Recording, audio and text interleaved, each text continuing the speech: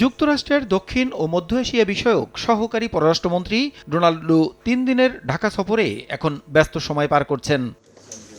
সফরের দ্বিতীয় দিন বুধবার সকালে সচিবালয়ে পরিবেশ, বন ও জলবায়ু পরিবর্তন বিষয়ক মন্ত্রী সাবের হোসেন চৌধুরীর সঙ্গে বৈঠক করেন তিনি। প্রায় ১ ঘণ্টা বৈঠক শেষে আলোচনার বিষয়ে গণমাধ্যমের কাছে সংক্ষিপ্ত বক্তব্য তুলে ধরেন ডোনাল্ড লু।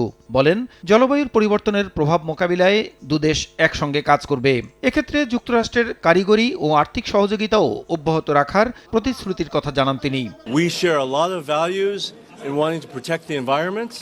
We're excited about the cooperation we're doing in the space of climate change, and we're doing much more in the future. পরে সাংবাদিকদের ব্রিফিংয়ে পরিবেশ মন্ত্রী বলেন, দ্বাদশ জাতীয় নির্বাচন কেন্দ্র করে যুক্তরাষ্ট্রের যে অস্বস্তি ও ভূমিকা ছিল দুদেশের অভিন্ন ইস্যুতে তার কোনো প্রভাব পড়বে না।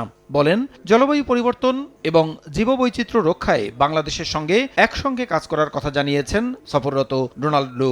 জলবায়ু পরিবর্তন এবং সেটার অভিঘাত মোকাবেলার ক্ষেত্রে বাংলাদেশ এবং আমেরিকা আরও কিভাবে কাজ করতে পারে মূলত আমরা সেটা নিয়ে আলাপ করেছি। নির্বাচনের আগে তাদের একটা দৃষ্টিভঙ্গি ছিল, তাদের হয়তো কিছু অস্বস্তি ছিল, ওই সময়ের জন্য তাদের একটা অবস্থান ছিল, তাদের একটা বক্তব্য ছিল। ইলেকশনের ইয়াটা রেলিভেন্ট না এই সময় আলোচনা। কিভাবে আমাদের সম্পর্কটাকে আরও সুদৃঢ় করব সেটা নিয়েই কিন্তু মূলত আলোচনা। জলবায়ু পরিবর্তনের ঝুঁকি মোকাবিলায় যেসব প্রকল্প নেওয়া হবে সেক্ষেত্রে তৃণমূলের ক্ষতিগ্রস্ত মানুষ যেন উপকৃত হয় সে বিষয়ে জোর দেওয়ার জন্য যুক্তরাষ্ট্রের তাগিদ রয়েছে বলেও জানান সাবের হোসেন চৌধুরী।